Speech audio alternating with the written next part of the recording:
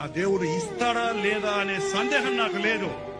ఆయన మాట తప్పని వాడు, ఇస్తానంటే ఇస్తాడు, ఆయన చేసేది చేస్తాడు. నేను నమ్మిన దేవుడు గొప్పవాడని స్థిరమైన నమ్మకం అనుకుంటాను.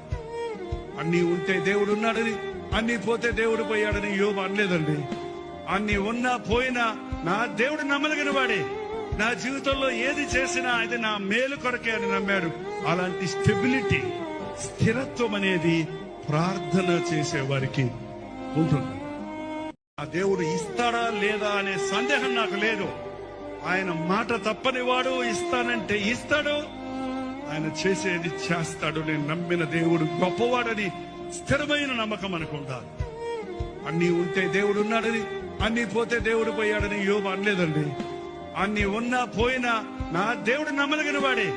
నా జీవితంలో ఏది చేసినా అది నా మేలు కొరకే అని నమ్మాడు. అలాంటి స్టెబిలిటీ,